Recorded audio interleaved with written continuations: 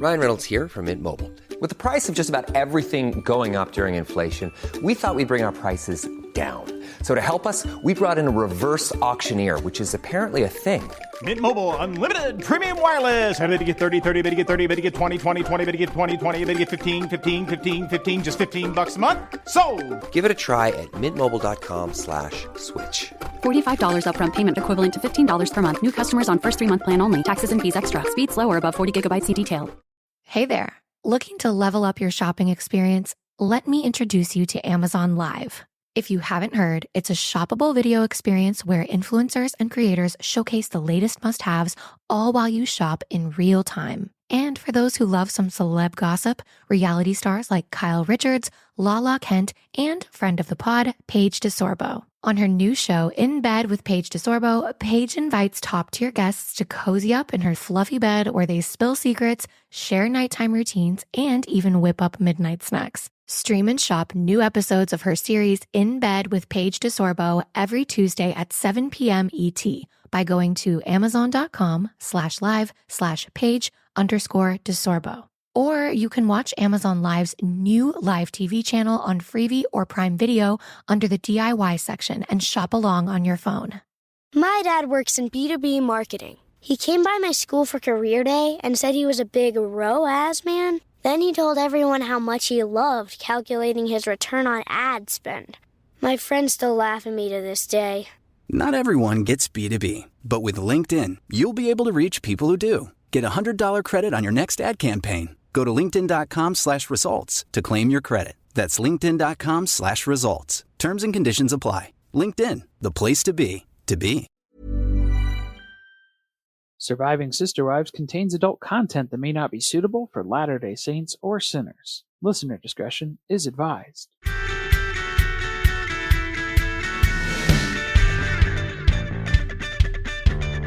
Hello and welcome to Surviving Sister Wives, the podcast where a monogamous couple drink heavily while recapping Sister Wives on TLC. I'm Corey. And I'm Carly. And this is Season 17, Episode 12, Life After Polygamy. And I wasn't sure if this was specific to Kody's life after polygamy, because he's basically a monogamous man now, or if it was Christine's life after polygamy, or just the entire family as a whole. I wasn't sure where we were targeting this kind of episode title and who we were attributing this to. Right. It was actually cut down from realizing we've already been living life after polygamy. That was the original title. Oh, it must have been. Yeah. From the past couple of seasons, that's been the case.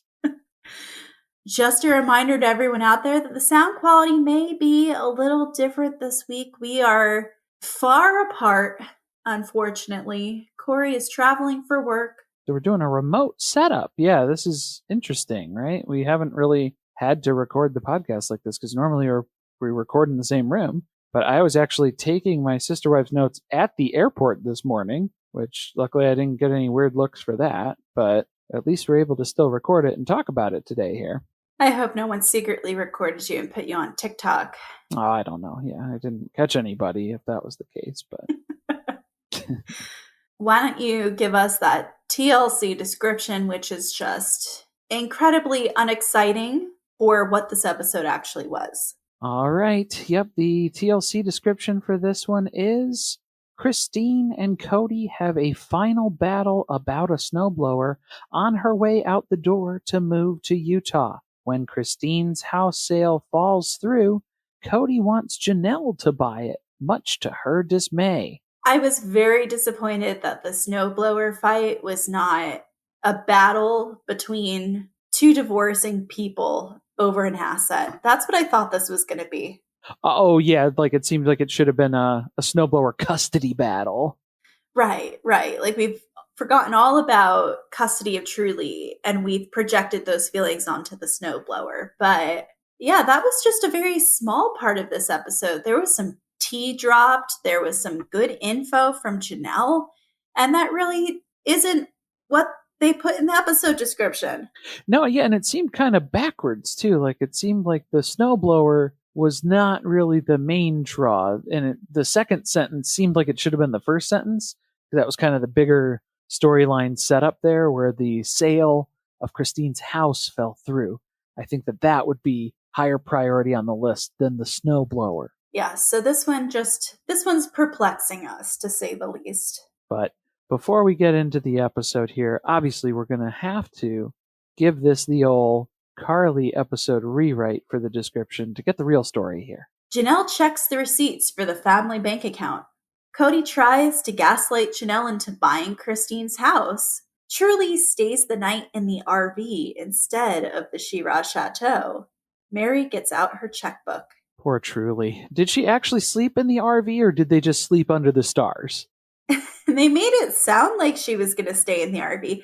I don't know what happened. I don't know if I zoned out. I was taking notes, but all of a sudden, Truly was just gone and Kody was there. And I was like, what did I miss? When did that happen? Yeah, we weren't watching the same episode. Well, did he just show up for the... No, he wasn't there when Truly was there.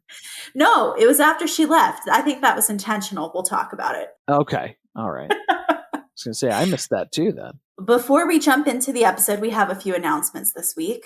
First and foremost, welcome to the world and the Sister Wives fandom. Baby Ace Banks and baby Archer McCord. Ah, yes. So this is McKelty and Tony's twin babies who have made their arrival, which maybe we'll see by season 20, 25, 30. I'm sure they'll eventually get them on the show, but not anytime in the near future. So they've got a theme going with the A names. They've got Avalon, Ace, and Archer. Ah, so you think they're going to stick with that? How many kids do you think they're going to go for in total? I don't know. You can't fuck that up, though. Once you've already started it, you've got a pattern. Now you're committed to it. You got 3 kids with names starting with the letter A. I wonder if they even realized they just like the way that those all sound. Archer McCord, you have to say, sounds like some type of comic book villain. Yeah, I was going to say, superhero, spy novel character, Tom Clancy. And then I can only assume that baby Ace's middle name, Banks, was suggested by Robin. Her favorite place. The Banks. Better than Brian McKenzie. That was a Father of the Bride joke. Because the family name in Father of the Bride is Banks. George Banks. George Banks is saying no. Trying to think of what else there was. I guess we could talk about Thanksgiving, since we did see a little bit of what the family did. It looked like all of Janelle's kids, plus Peyton, minus Maddie, spent the day at the father of the family. So I guess it's not... Kody wasn't there from what we saw, but Dad was still there. There at Logan and Michelle's house. Yes, and then our second father, Hunter, prepared the turkey for everyone. A very Whoville moment. Yes. Yeah, so I don't know. That's another holiday that Janelle is spending away from the family. I can only imagine what a lovely time it was in the She-Rah Chateau, dining on Robin's dry-ass turkey. I imagine Meri made more Rice Krispie treats again this year, since that is an invitation she cannot pass up. It's the one time a year they let her through the gates of the She-Rah Chateau. Well, it's amazing to think that Meri's Rice Krispie turkey would somehow be more moist than Robin's turkey. But I think that's probably a possibility. And that's even more shocking because we know nothing is moist when it comes to Meri. I was waiting for a joke there. Yes. All right, moving on. The next announcement, season 9. So we have recapped seasons 1 through 9 so far. Currently, seasons 1 through 8 can be listened to on our Patreon, patreon.com/survivingpod. Season 9 has been set to public still here on the feed you're listening to now. Starting December 11th, it too will be moving to Patreon. So if you want to go back and listen to that season, it's the build up to the catfish reveal. That's going to be moving to Patreon and will live on there with the rest of our archives. What else was in that season? Was that the adoption storyline? You know, they're all blending together now. Well, it feels like season 8 and season 9 were all heavily related because I think 8 was the divorce. And then that started Meri's divorce. I think you're right. Which then started the adoption process. So the 9 was mostly the adoption process and at least rounding out, finalizing some of that stuff.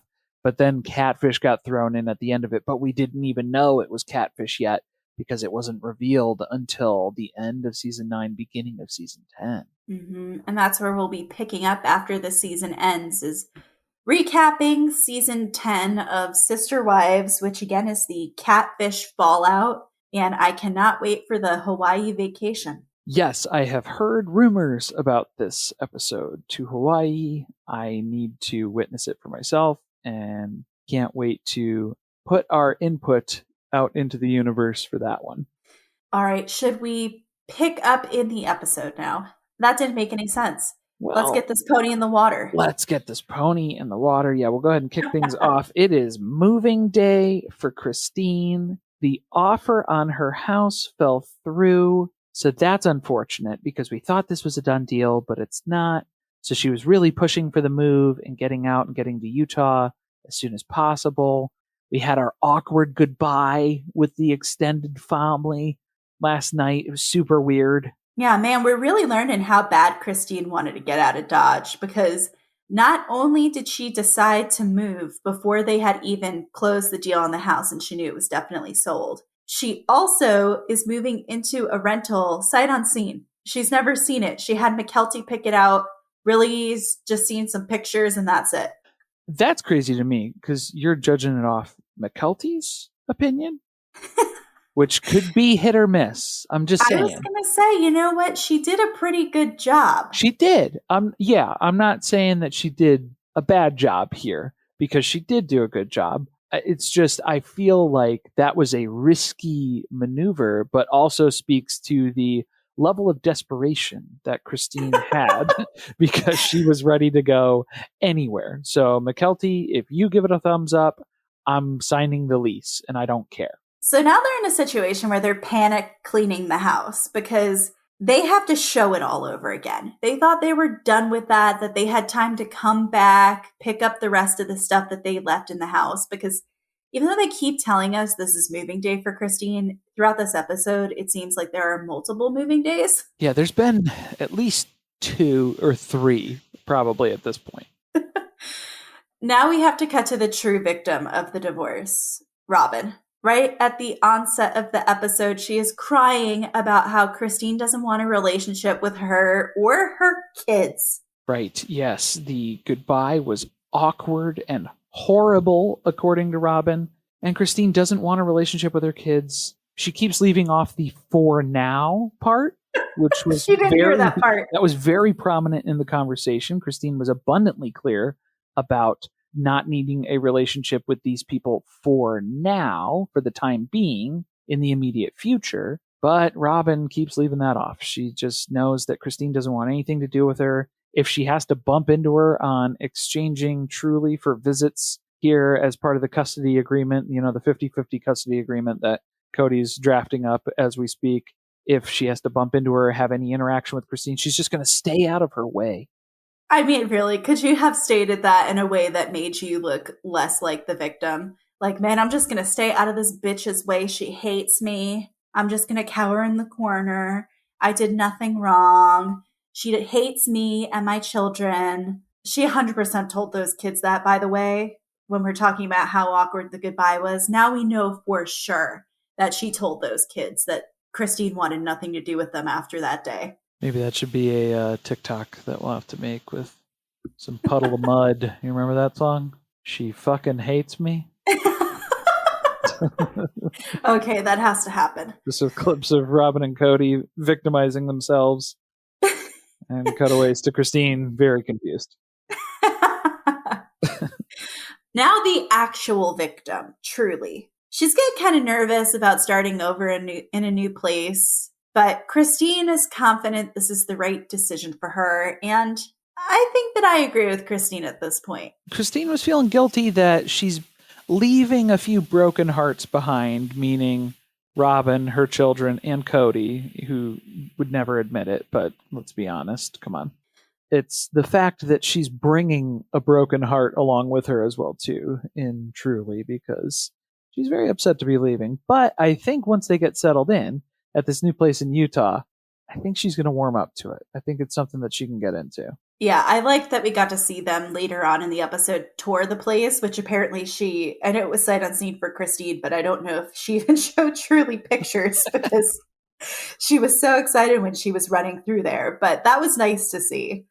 She wasn't running the halls of the She-Rah Chateau yet. Maybe we'll see that in the future. I doubt it.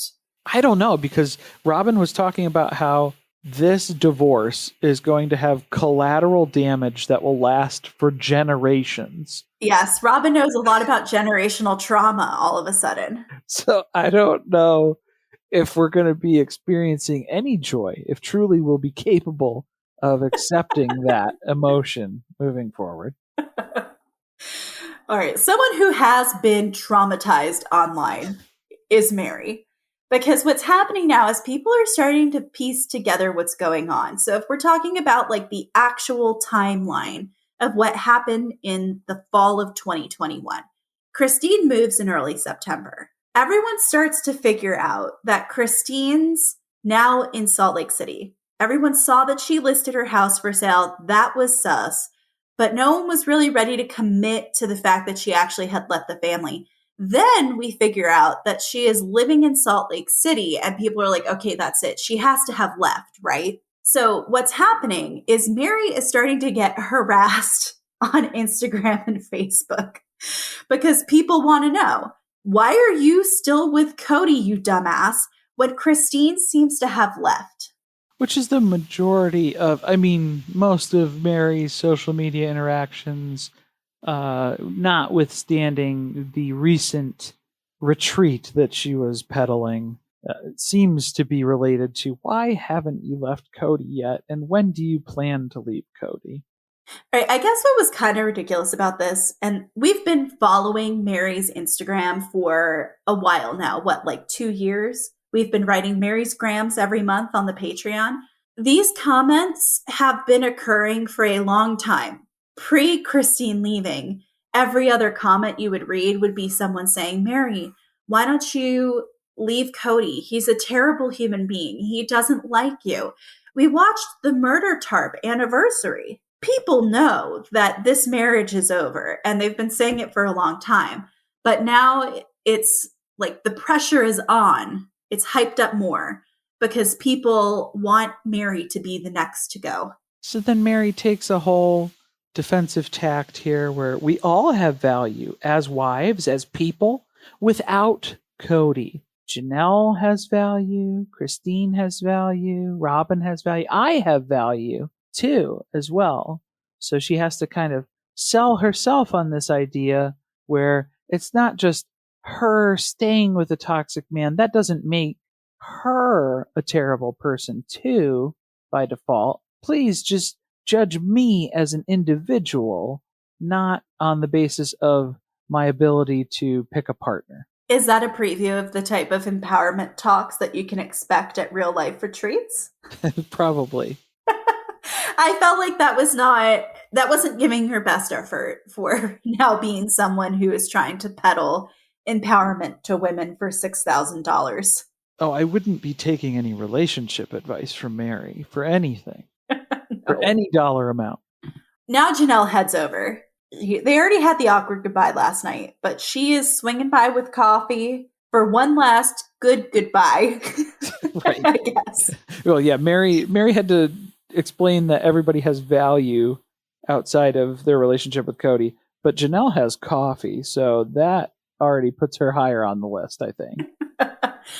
Again, Christine calls Janelle one of her best friends. She thanks her for everything that she's, helped her with emotionally, also physically with helping to pack and stuff throughout the divorce. And then we have to see Janelle walk outside and the crew's asking her questions about Christine leaving. And it's getting real now because Christine is literally about to close the front door of this place and get out of here. So Janelle starts crying. It was actually a really emotional moment. It made me tear up a bit. Yeah, it's always rough when Janelle cries because it takes quite a bit to kind of get her emotional gears going. And this was a big enough reason for her to be upset. I feel like the way I reacted to Janelle crying is what Robin thinks she's doing to the audience every time she cries. Yeah, she seems to be lightening up now. I think she knows that we're all on to her as far as the manipulation tactics, but it still just happens, I think, when she gets overwhelmed. Now, Janelle says something interesting when she's outside and she's crying. She says, it's not the end, it's the end of a chapter, the end of a book, maybe. And that is where I had a little glimmer of hope. My eyes lit up and I thought, is that book the end of Janelle and Kody's marriage too? Because I really, really, really, really hope so, because I want to read that book.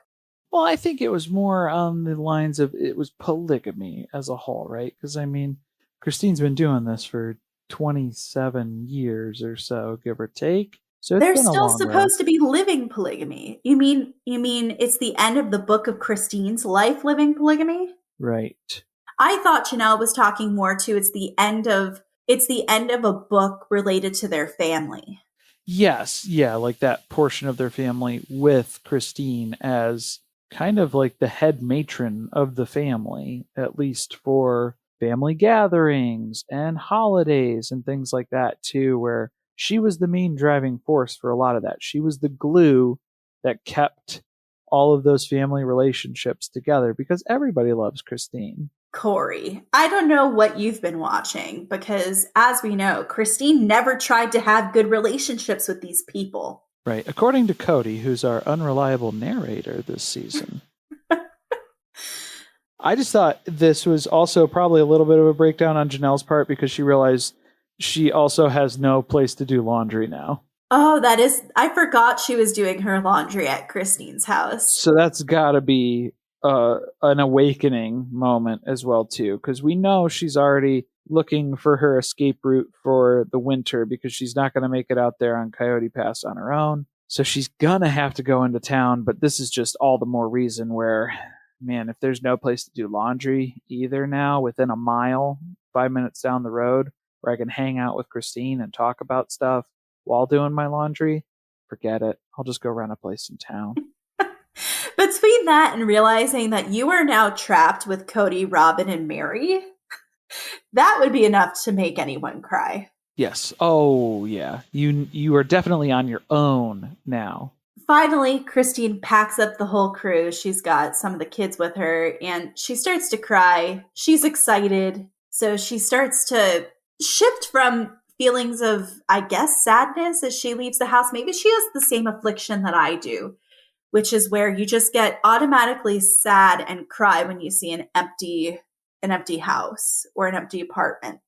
Maybe, yeah. And it was, I thought it was funny too, where, yeah, Janelle was hugging and toasting to new beginnings, and it's not goodbye, it's see you later. And Christine's like, yeah, I'm going to see you next week. I don't know why we're like, it's a big thing. Yeah. But it's more of the symbolic departure here because I'm still going to be around and we're still going to see each other all the time. Yeah, but I know we've talked about this a lot where like now Janelle doesn't have Christine backing her up in family meetings and vice versa. I think that's really going to be a problem, and Janelle is already starting to anticipate that. So Christine's leaving, and now we cut to Kody on the couch, who says what he really wanted to say was, I loved you. Why did you betray me? Which I think is like the same thing he said to Meri. Yeah, again, he's just mixing up the wife that this is supposed to be allocated to. It's a lot of this could be attributed to his relationship with Meri, but he keeps pinning it on the relationship and attaching it to his relationship with Christine. So it's very bizarre where he keeps moving this around. It was also weird because now you loved her, because didn't we just watch him say that he never loved Christine a few episodes ago? That was my other one, was the immediate follow-up note was he can't say that because he loved her, past tense, when he told us, an episode ago, 2 episodes ago, that he never loved her. So then why would you want to tell her that you loved her? That seems out of place.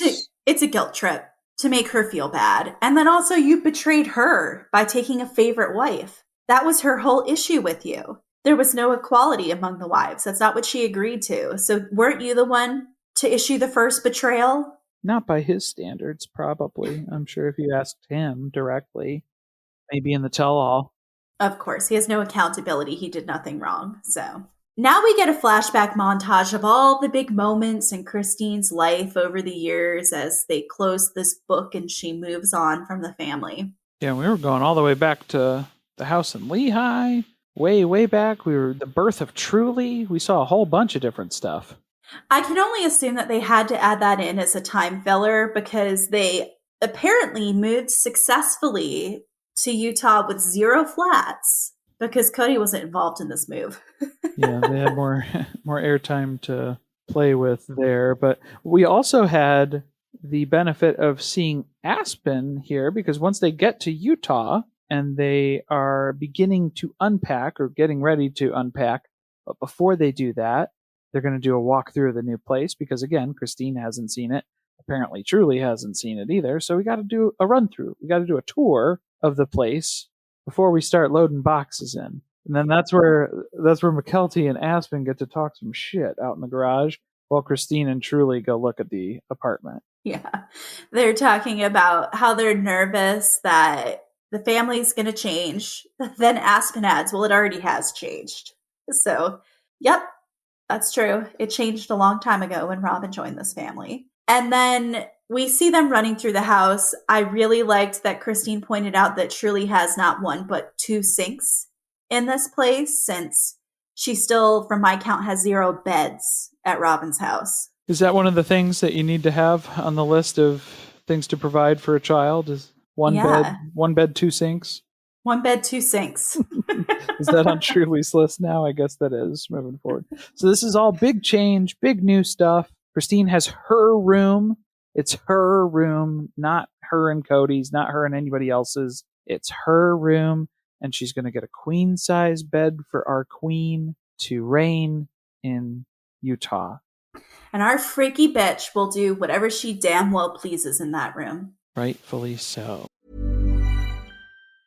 Hey, this is Mario Lopez from On with Mario Daily Podcast, here to tell you about the legacy of excellence Toyota has been building for years, from developing hybrid technology to upping the standards of safety and efficiency. Toyota is always innovating, always making progress, and with a superior lineup of in-stock SUVs, including the adventure-ready RAV4 and capable, affordable Corolla Cross, you can experience the legacy of Toyota for yourself.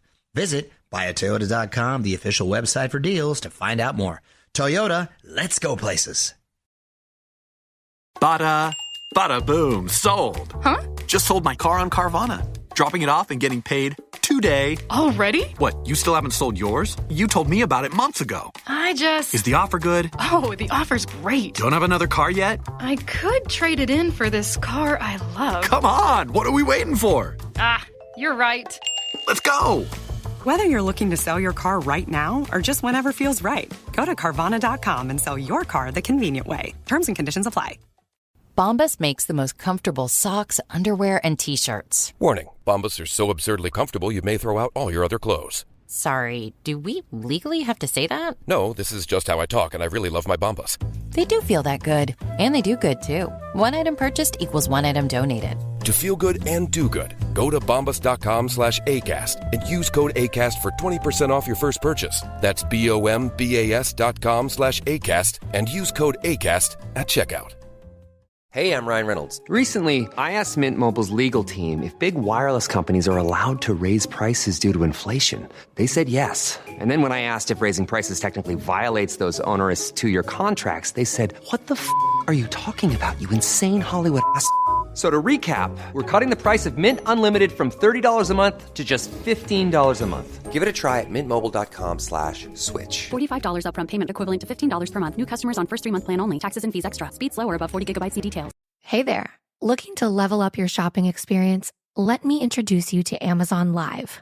If you haven't heard, it's a shoppable video experience where influencers and creators showcase the latest must-haves, all while you shop in real time. And for those who love some celeb gossip, reality stars like Kyle Richards, Lala Kent, and friend of the pod, Paige DeSorbo. On her new show, In Bed with Paige DeSorbo, Paige invites top-tier guests to cozy up in her fluffy bed where they spill secrets, share nighttime routines, and even whip up midnight snacks. Stream and shop new episodes of her series In Bed with Paige DeSorbo every Tuesday at 7 p.m. ET, by going to amazon.com/live/page_DeSorbo. Or you can watch Amazon Live's new live TV channel on Freevee or Prime Video under the DIY section and shop along on your phone.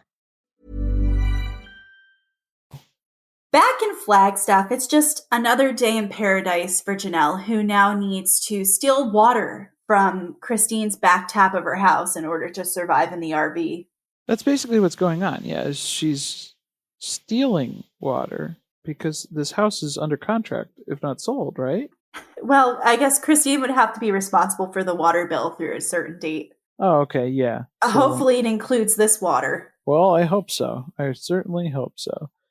Because, yes, she's filling up at Christine's backyard there. She's still bailing her water by hand, living on Coyote Pass. But then we find out that the offer didn't go through. So, yeah, I guess the bills are still in Christine's name. But this is where Kody just happened to be driving by, even though, again, 2 episodes ago, he was talking about how he never wants to drive by this house again. He never wants to see this place ever again because it's too heartbreaking for him. Well, he didn't say that, but he meant that because he's so angry because that's the only emotion he's able to show as a man. He's just doing his daily drive by the house, I guess. His steaming drive-by that he gets to do. And he just happened to see that Janelle and Savannah were stealing water from Christine's backyard. So he thought he'd pop in. Did you like that he conveniently waited until they had lugged all of the water jugs to the back of the house? Yeah, he was like, oh, I saw you heading to the back, and I decided to swing around and stop by just because it was one last thing that I was going to have to help with. Well, the real reason Kody stopped was to propose that they buy Christine's house now that the offer has fallen through on it. I liked also that he thought that he had the info before Janelle had the info about the offer falling through. He thought that was going to be news to her. And she was like, yeah, I know already. Yeah, Christine told me. I was here yesterday. So, yeah, I was here getting water yesterday, too, because it doesn't last. And there is no water hookup on the land. So I'm here every day now. Thank you. But Kody is trying to explain to Janelle, look, we can have the same plan like what we're doing with Robin's house, her awesome $1 million home in the She-Rah Chateau. We bought that because then once we do build, we'll be able to rent that out. Easy peasy. Nothing to it. We'll be able to be landlords. That's horrifying, first of all, to think about Kody and Robin being your landlords. But the thing that's even more ridiculous about this plan is he's trying to convince her it's a good idea for them to buy this house for a second time, but for more than $200,000 above what they bought it the first time. I don't understand how that's a good financial move at all, because apparently the Brown family motto, I don't know why it took them so long to write up a family mission statement when their mission statement can basically be buy high, sell low. And in this case, they would be able to do both, I guess. So they would really get a kick out of that. And so Kody's pushing for that. The thing that also doesn't make any sense about this is Christine offered to let them rent this house from her months ago. If Janelle needed a place to stay, she could stay in this house. But now they've gotten too far down the road of her trying to sell the house so she has some money to walk away with. And now Kody wants to buy it. It's just, again, the house that he hates, or he hates Christine so much. He said he never wanted to drive by it again. Now he wants to own it again. Now he's driving by it to tell Janelle they should buy it. Needless to say, Janelle is not into this idea. She wants to build her house on Coyote Pass as soon as possible, and she cannot afford to buy both this house and start building on the property. Because the other kicker here is that they would have to rent it. If they were going to have a way to rent this out, they would have to rent it for 2 years to have it not count on their debt to income ratio for financing of building on Coyote Pass. So that's what Janelle keeps trying to explain to Kody. I've already talked to our real estate agent friend in town, and they've assured me that this is going to be tough because I wouldn't be able to buy a house and finance to build. So I have to pick one or the other right now. She knows this man so well that she called the mortgage broker before he could tell her some story about how they have a friend who did this and it's not true or accurate. So she got the real info and he's just staring into space like none of this makes sense to him. The man, again, who said that they didn't have enough money to pay off the lots, now thinks that they have enough money to buy Christine's house, pay off the lots, and start building. And Janelle's starting to worry. She's questioning because she's out on Coyote Pass every day, sitting alone in an RV that is sinking into a mud hole. It's not staying level, and she's bailing her water by hand. There's no electricity. She's alone. It's her and Savannah out there trying to figure out what the hell are we doing here? Because apparently nobody else in the family has any interest in building on Coyote Pass. Janelle is getting suspicious, a little suspicious at this point. Did you catch where Kody blamed the whole thing on the RV? That if she didn't buy this RV, she could afford the mortgage payment. And I'm like, again, you're not understanding the issue. The point is not that she can't afford the mortgage payment on this house. The point is that she can't get financing. She can't get a construction loan because this is counted against her as debt if she buys this house. That's the problem. Yeah, I mean, she tried to explain it the best ways that she could, and Janelle was getting heated, and I thought it was interesting where she was having this level of a conversation with Kody in front of Savannah in the backyard here, too. I thought that was a little out of the ordinary. It seemed like it was, and Savannah really was just trying to like shrink herself down like she wasn't there. You could tell she was uncomfortable and probably has no idea like who is in the right in this argument because it's about finances, which Kody clearly doesn't understand. And Janelle has been busy reading the receipts, so she knows what's going on here. Oh, yeah. Janelle has seen the money leave the family account. So she knows where the prioritization is because people don't care about getting out onto Coyote Pass or paying off the land or getting things situated for construction because Kody is a real estate genius, though. He just knows that if you buy a house, it's an asset then. But he doesn't understand there's a debt to income ratio if you're trying to do other financing as well. So Janelle's really trying her best to explain this to him the best way that he can understand, but he's still really struggling with that concept. I thought that it was an interesting tidbit that the down payment for this house would almost pay off the land, because that gives us an idea of like the range of what we're talking. So somewhere, let's say they're going to put 20% down, a traditional amount that would be required for a mortgage. That's like $140,000, $150,000. So now we kind of have an idea of how much money they need to pay off the land before they can even start building there. And this is where Janelle's starting to suspect as well, too. I think Kody's just trying to use my buying power here because he just wants me to buy this house when I'm trying to build my own house. Janelle wants her own house. She doesn't have that. She bought the RV because she was trying a temporary fix so that she could build her own house that she wants. Did you skip over like the piping hot tea that she gave us about how she gets the tax paperwork? Oh yeah, and how she has watched the money leave the family account in various reasons. Yep. She says there was money spent on other things that could have paid off the land. Easily. I wish they would have cut to Robin's house with Kody's 2 pickup trucks, the RV outside, like 18 gumball machines, all the little figurines that line every inch of windowsill space in that house. Well, yeah, because I thought it was very interesting that from Janelle's confessional, where she was talking about how she's seen the money leave the family account for various other frivolous things that didn't need to happen, that could have paid off the land in full. And then we cut immediately to Robin, who somehow also knows for a fact that they're not in a position to pay off the land at this time. Mm-hmm. Robin, who has never been employed a day since she joined this family. And probably has never paid a bill. Right. Is talking about how they always work together on finances, and she knows about the situation they're in. They can't pay off the land yet.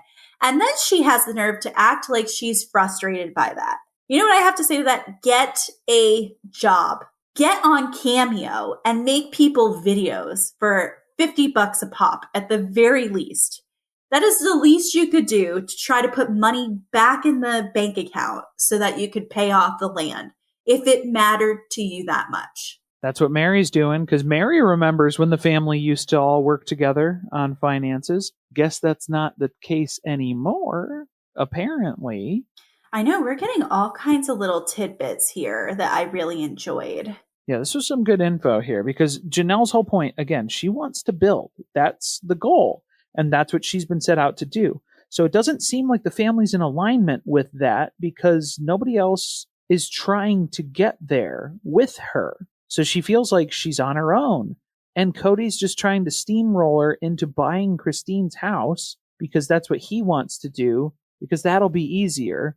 And it will keep everybody off the land, I guess. I don't know what the deal is here. Janelle doesn't even know where she's at in this equation anymore, because she thought that they were working towards this shared goal of getting everybody out on the land. And she's coming to terms with the fact now that it doesn't seem like that's the case. No, it's definitely not the case.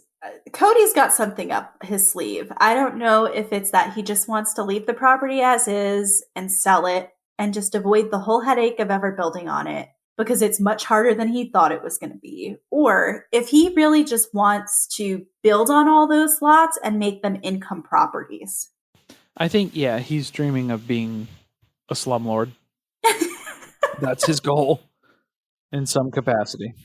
Did you also catch that Meri mentioned that they took her money, her profits from her Vegas house to help Robin buy her house in Flagstaff? It seemed like a lot of people's money went to Robin's down payment, because Christine's house, her house selling in Vegas, that was also allocated to Robin's down payment. That was confirmed a couple episodes ago too.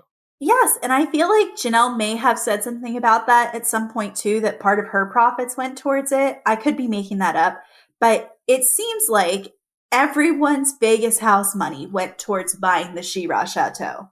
Right, because Kody deemed this as stupid not to buy, because you're going to buy a house and it immediately has value, because then once we build on the land, then we can rent this house too. It's the best of both worlds. You have an asset now. Right. And he leaves us with one last inspirational quote before he walks away, which is, "Where there's a way, there's a will."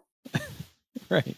I don't know. He has a real talent for continually fucking up phrases and idioms. He never gets it right. Yeah. And the main takeaway that he has for this one is Janelle's going to do what she wants, because she always has. So that's going to set up our conversations, our confrontation for next episode that we see in the preview.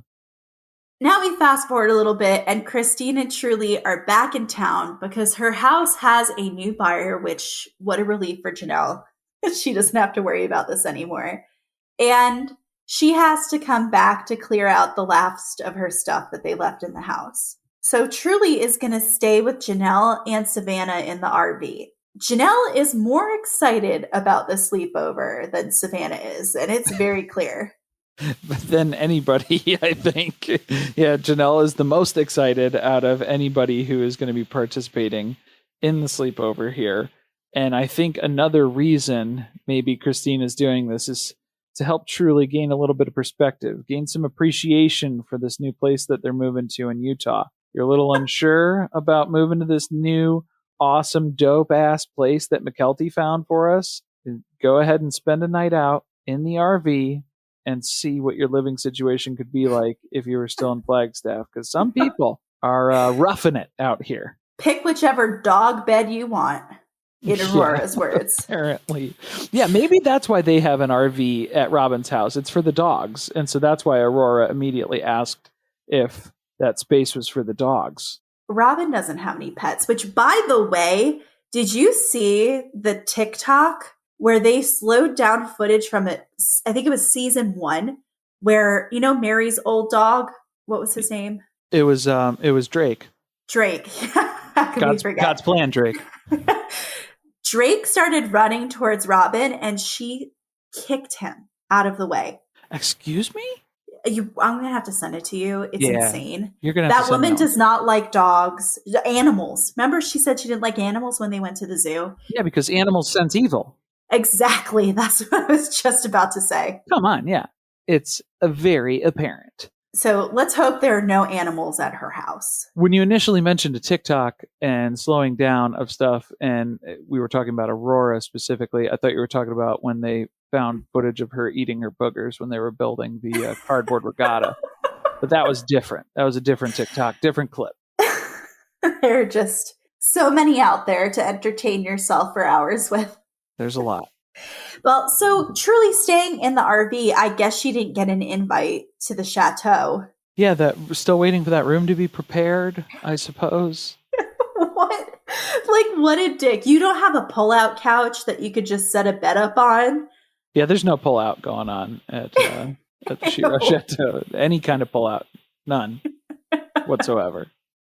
All right. Speaking of adult level conversations, that is something that Janelle loves about Truly. They can talk about grown-up things together. And I have to say, I am really here for watching Janelle and Christine co-parent Truly. Yeah, that'd be a good time. I did get a little freaked out when Janelle started mentioning her stargazing abilities and interest level there, but then referring to the stars as her star babies. I thought that was a little strange, though. I mean, it's not the strangest thing we've heard on this show. I'm not going to knock it. Yeah, it's not a spirit baby, so. The plan that we know that they're admirers of planets, Corey. Gotta get the telescope. And it's basically the joys of living on Coyote Pass. It's like you're camping every night.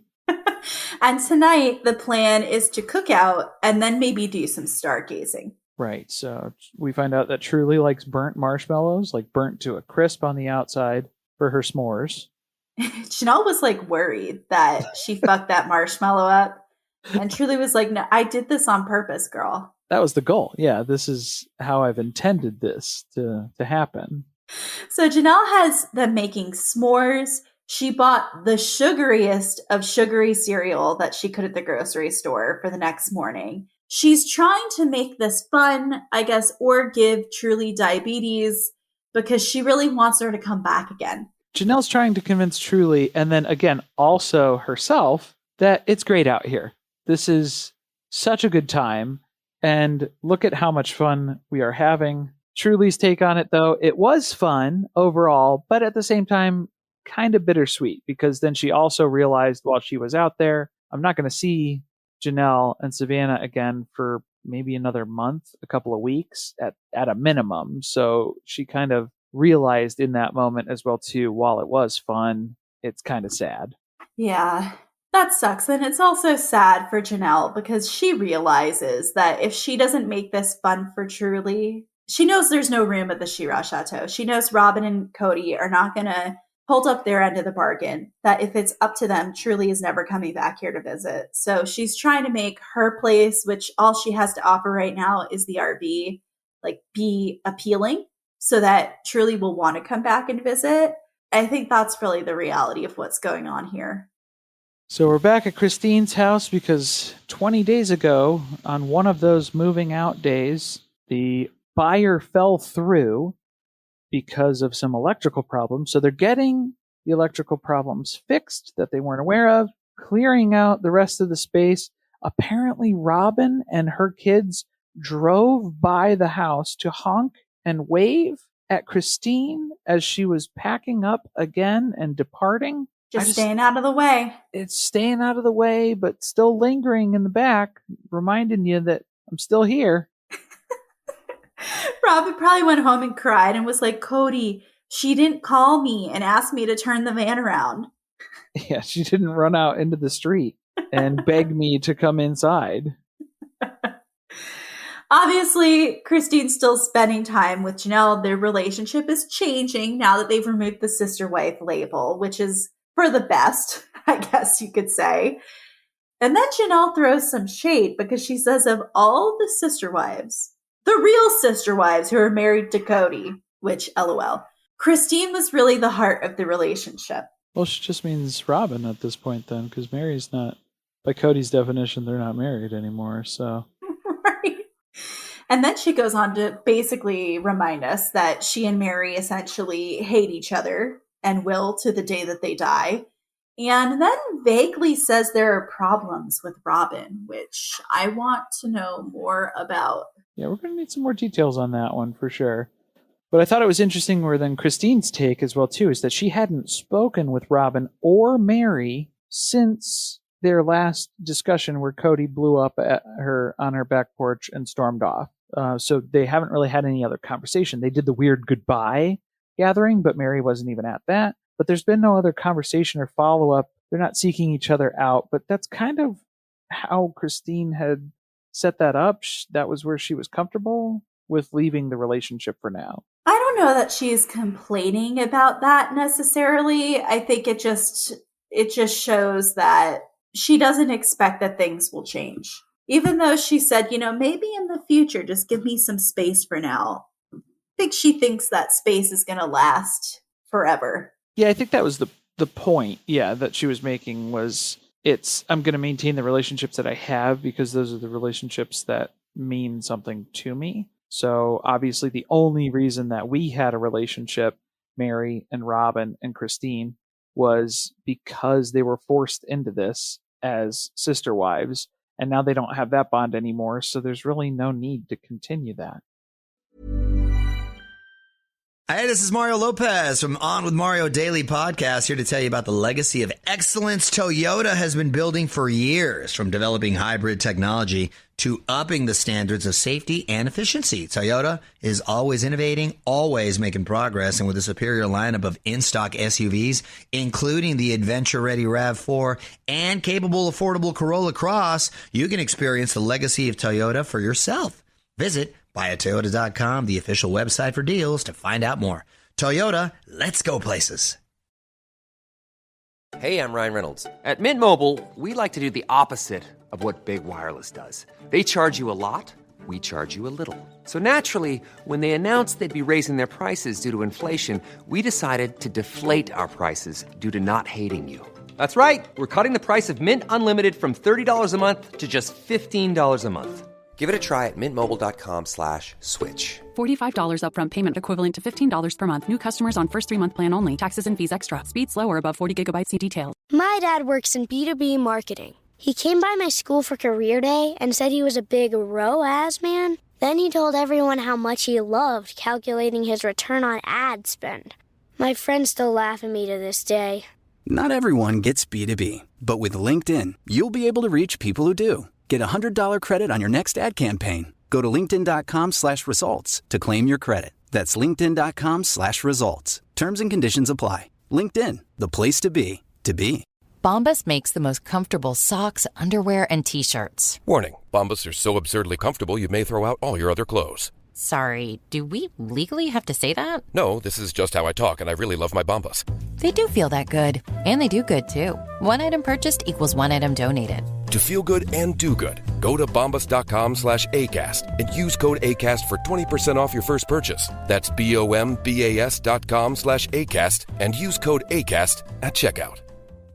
Hey there. Looking to level up your shopping experience? Let me introduce you to Amazon Live. If you haven't heard, it's a shoppable video experience where influencers and creators showcase the latest must-haves all while you shop in real time. And for those who love some celeb gossip, reality stars like Kyle Richards, Lala Kent, and friend of the pod, Paige DeSorbo. On her new show, In Bed with Paige DeSorbo, Paige invites top-tier guests to cozy up in her fluffy bed where they spill secrets, share nighttime routines, and even whip up midnight snacks. Stream and shop new episodes of her series In Bed with Paige DeSorbo every Tuesday at 7 p.m. ET by going to amazon.com/live/Paige_DeSorbo. Or you can watch Amazon Live's new live TV channel on Freevee or Prime Video under the DIY section and shop along on your phone. It's a new day, and Truly has left, so that means it's safe for Kody to stop by the RV after he finishes some yard work around Robin's house, because that's the only way Cinderella gets to leave the property. Yeah, he's got to stay up on his chores there. He's hauling logs from Robin's house to peel and dry. One single log. One log. What does this man do all day? Is this what he does? He's going over to Janelle's to sweep more stuff under the rug in their marriage. Janelle was all excited to invite him here today because she has blueprints of the house that she wants to build on Coyote Pass ready to show Kody. Carly, what did you think of these supposed blueprints? In terms of what the house looked like? I thought that the renderings themselves were pretty lame. Like, we could have done better if we built the house in The Sims and then printed that out instead. Well, I think she was trying to clearly do this the cheapest way possible, as far as like building the house on top of the garage. She wants a teeny house, so it just wasn't all that exciting.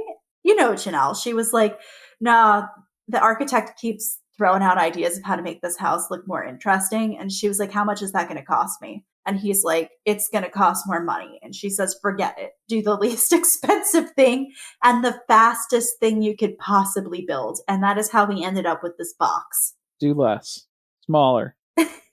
Make it more casita-like. It's only 1,200 square feet, which, I mean, that's a pretty good size house for one person. Because let's be real, it's just going to be Janelle once Savannah leaves in a couple of years. Right. So it's basically a 2-bedroom layout. And then there's a big great room that she has with a nice open concept. And the struggle that she's having right now is she's trying to pick a spot. So she's trying to build on her lot, which means the way that they're split out right now, she has it positioned where her assigned lot is pretty much the same spot as where she would want the house to be. So it would still land on her lot.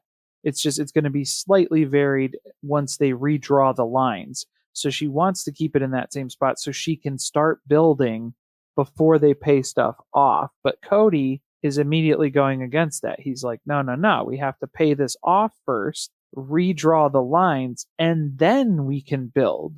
Right. He's slowing this process down. He's got to get it made into, he's got to do the subdivision before they could start building anything, which is not going to happen in time for Janelle to build this house when she needs it. No. Yeah, because they're not building until, I like how he had to explain this to Janelle and had a tough time. He caught himself in the conversation where he was saying we have to speak to the rest of the family, meaning Meri and Robin, because Christine's not in the family anymore. So it was kind of a weird thing where he had to specify who the rest of the family was.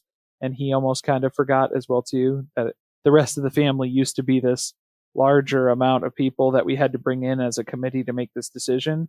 And now it's basically just Meri and Robin. And honestly, it's pretty much just Robin. Meri's just the checkbook. I was going to say, though, Robin liked to hide in the committee. She would wait till everyone else voted before she would reveal what she thought. And she's not going to be able to do that anymore. It's going to be interesting because then Kody also surprises Janelle where he's still trying to keep 5 lots.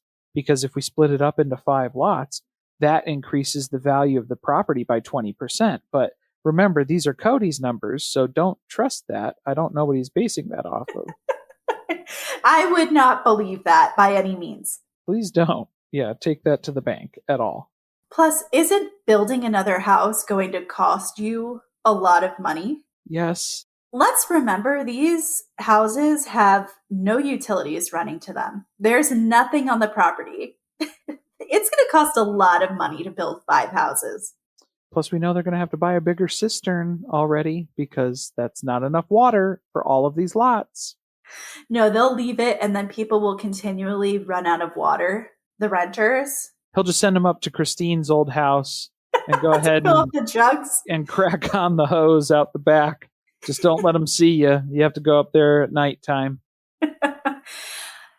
Janelle is finally starting to catch on, like, oh, okay. So Kody is just taking out everything that's happened this summer on me. Everything's my fault. All these problems are my problems. And he doesn't want to do this. It's becoming pretty obvious. Just everything she offers, she's really trying to make this work. And he is putting up barriers in every direction she looks. Which is why she's asking, is anybody else planning on building here? Is this coming soon? Are we building soon? And Kody doesn't seem to have an answer on that, because whenever he talks to Meri about building on the property, she seems kind of wishy-washy. Can't really get a straight answer out of her, which that doesn't sound like Meri. Not the Meri that we know, right? Well, we cut to Meri, and she's pretty dead set on doing it. So I don't know when the last time he spoke with her was, but she has intentionally been renting a house so that she's not tying up many funds because she wants to get onto the property. She's finally happy with the lot that was given to her, and she wants to live out there. Well, and we had all the drama, don't we know it, of to be in the trees or not in the trees. Dear God. And we know that Kody's just excited for Meri's money to show up to this party. So I smell a family conversation brewing here. Yes, because Janelle keeps saying, we need to talk with everyone about the lots. And Kody just is not responding. He's saying nothing. And then we find out on the couch why that is. And he tells us he's not going to break his back for her when she doesn't respect him. Men don't love women who don't respect them, which I can only assume is something he read in the manosphere. I'm assuming that he's attributing his disrespect that he's feeling from Janelle to the entire COVID situation.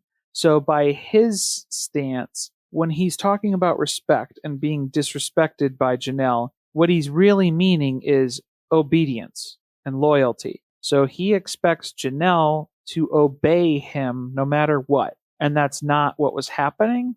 So he's upset by that. And so now he's taking it out on Janelle, because for a while there, he didn't have any way to punish Janelle, because normally, like where Christine would make her complaints about him not spending enough time with her and her kids, he's always at Robin's. That was a big thing. Time was a big factor for Christine. So how did Kody respond to that? He didn't go over at all. He wasn't spending time. He was checked out. He wasn't invested. Janelle doesn't seem to mind as much. She kind of expects that from Kody. That's just his base level, and she knows that. So that doesn't really bother Janelle if he's at Robin's all the time and he's not engaged with her when he comes over to her RV. What he's hitting her with now is that she wants to build on Coyote Pass, and he's just putting up all the roadblocks. No, we can't build right now because we have to subdivide. We have to pay off the land first in full to get the subdivision, so that way we can start building. Yep, I absolutely agree with that. Her biggest mistake was wanting this too badly, because it gave him the signal of, oh, okay, this is something that I can take away from her that's going to hurt her. So I can punish Janelle for all of the stuff during COVID and for not supporting me and picking Christine's side in the divorce. And that's what we're going to see play out here. He doesn't care about the land. That's what I think. It's just all about punishing Janelle. Right. And the whole thing about being disrespected, how Janelle struggles to respect him, and men don't feel love unless they're being respected or worshipped, essentially, by his definition. Do his wives feel love without being respected? I don't think that matters to him. Is the right. truth. Yeah, I think it would be, he would say that that's not his job to respect his wives. That's their calling, is to obey the husband. But I think that it's a fair question at this point that Kody should be asking himself, is if he's being disrespectful by favoring one wife over all of the other wives, then why would they be respectful to you? It's just amazing how little time it took Kody to set his sights on Janelle as the next one that he's going to abuse in this way. Well, it can't be Meri, because she basically doesn't exist It could be. of It could be. If he wanted to rein her back in, she'd be coming around. He could treat her like shit again. She's just the money bags. So he wants to keep her appeased because we have to be ready to sign those checks. Yeah, I'm assuming that's when he'll start having sleepovers at Meri's house again, when it's time to get that checkbook out. Yeah, he's going to be like in the Producers. He's going to have to go over to Hold Me, Touch Me's house. Christine is still packing up this house. This is supposedly the last of it, but there's been a lot of the last of it. How many times have they told us it's moving day? It's moving day. It's the last time I'm in this house. It's like, make it stop. For some reason, Christine has called Kody, of all people, to help her put the snowblower in her trailer. It's too heavy for her to move, so she needs someone to help her. I would have waited for anyone but Kody to be available to do this. There were so many other people you could have called. You could have hired movers, Christine. She should have hired movers. I think that's the lesson of all of this. You could have gone on Craigslist, because now Kody is coming over. He's arguing and mansplaining about trailer weight dispersal, which, again, I would not take anything that Kody says as gospel truth when it comes to this, because we've seen how many flats this dude has been associated with as part of moving. Isn't he correct, though? I'm assuming yes, but at the same time, I don't trust it. The issue is she wants him to just put the snowblower in the trailer first, which means it would be at the very front. She wants him to do that so he could just get the fuck out of here, because she wants to spend as little time with him as humanly possible. He's arguing that all of the boxes and everything should go in first, and then the snowblower should be put in the trailer last for the weight disbursement. So that's what Christine is trying to do, the reverse psychology thing here, to say, boy, it would take a long time, though, to get all of those boxes loaded in before we put the snowblower on. So maybe we could just do the snowblower and then you can leave. Because then you're volunteering to help us with all of this stuff. I don't think we'll need to do all of this stuff. I think that's going to be too much. So maybe just do the snowblower and then get the hell out of here. He is not picking up on any of these social cues at all. Why don't you just say, like, could you come back in like 2 hours? Yeah. And put the snowblower on? Yeah, give me 30 minutes. Just loop around, go swing by Janelle's RV, probably have to level it again. So just run over there really quick and then come back to throw the snowblower on the back here. This is just a stupid fight. Basically, she doesn't want his opinions on how she should be packing things. He picks up on that finally, so he storms over to the snowblower. He starts ripping on it, trying to pull it into the trailer, and he's just putting it in there the way that she wanted it. Right, because this is her signaling her independence, proving her independence. She won't listen to any of his advice, so he's just going to do whatever she says. I don't think that Christine needs to flex her independence here at all. I think her main goal was, how do I spend as little amount of time with Kody in my driveway? That's the goal. I think it was that. She probably also felt pressure, like the longer he stays here, the more likely it is that we're going to get in a fight in front of Truly. And then also, it kind of felt like him trying to put his mark on her new life. Like he still wanted to exert some type of influence or control over how she was going to do things. And she is very, very, very done with that. Right. So this is where Kody is talking about how he's been struggling with the divorce, if you couldn't tell from the past couple weeks. It's been poisoning his other relationships a little bit. A little bit. He also just doesn't know who he is when he isn't bossing around one of his wives or bullying her. Bullying. We have to use the Brown family vernacular. Right. Into doing the things he wants done in the way he wants them done. Christine walks away with 2 lessons. 1, she's going to continue to stand up for herself because that's what she feels like she did here. 2, she will never ask Kody for his help ever again. Yep, and that's the end of an era here. It's a good way to kind of round it out on those lessons, and I hope she sticks to them, because this should be all the reminder that you need. Do not ask Kody for help. You could have called anybody else at this point. Gabe, Garrison, somebody. Janelle, somebody from Janelle's side of the family there. Her kiddos could have swung by at some point and helped, I'm sure. And we round out the episode with Kody watching them drive away and saying he's got all these feelings. He's disappointed that Truly's leaving. And he regrets not telling Christine that he didn't like her. But he just said that he loved her in this episode. He regretted not telling her, or he wants to tell her that he loved her, but then that would be pathetic if he did. But then he also regrets that she called him a coward and then he didn't tell her that he never liked her. He's also hoping that when the anger fades, it's not heartbreak. But why would you be heartbroken for a person that you never loved in the first place? Right. He doesn't know what any of his emotions are. He doesn't know how to navigate any of this. And guess what, dude? What you are experiencing right now, that's fucking heartbreak. That's why you're confused. That's why you're angry. That's why you're torn all these different directions, because you are heartbroken. I don't know what you're worried about it being heartbreak. It already is. This man needs therapy. A lot of it. Good Lord. Next episode. Now that Christine has left the family, big problems with Kody and Janelle's marriage bubble to the surface.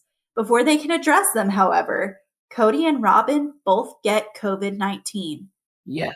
Robin ends up in the hospital, wondering if she's going to live.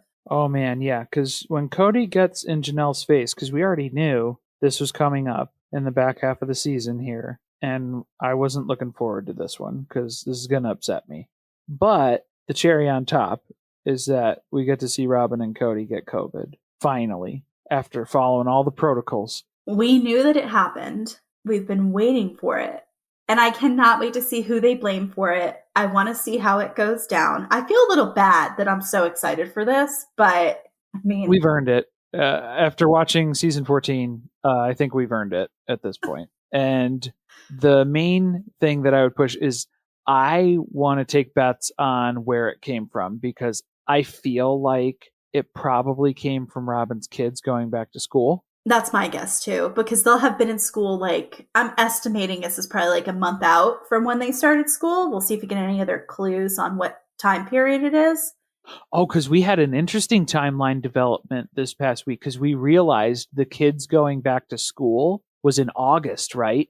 And that was right around the time when Isabel was moving to North Carolina, her big road trip that she did that Kody wasn't able to partake in. Yeah, those timelines converged. Happened to be right in that timeline where we were mentioning where Robin's kids don't go to sleep. Ari doesn't go to sleep anytime at a normal hour. She doesn't wake up before noon. So if that road trip was scheduled anytime near when she was going to have to wake that kid up and send her to school, there was no way in hell she was going to do that alone. So she probably forced Kody to stay home as well too, because she can't do it without you. After figuring that out, I was just thinking that was why Kody and Robin were harping so hard on Ari being the last kid to go to kindergarten. They felt like they had to validate why they were doing that over Isabel's trip. But as an audience, we never actually found out that those two things occurred within the same time period. We didn't piece that together until this week. So I think it's interesting to shed some more light on that decision, potentially as well too. It could have been a factor. All right, next week is going to be an amazing episode. It's an early Christmas present from TLC. Thank you for listening. If you want to support us, the best way to do that is by subscribing to the podcast and leaving a review on Apple Podcasts or Spotify. Be sure to chat with us about the episode on our Discord channel by joining our Patreon, patreon.com/survivingpod. Stay tuned, share with friends. See you next week.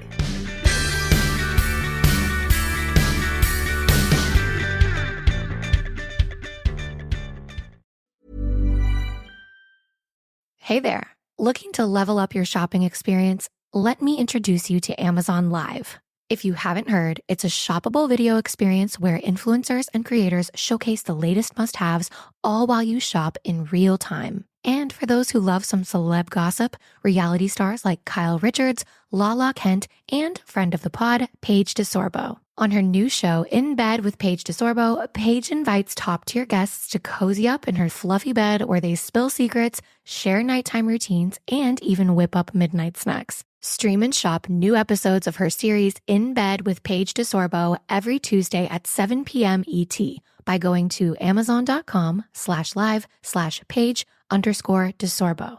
Or you can watch Amazon Live's new live TV channel on Freevee or Prime Video under the DIY section and shop along on your phone.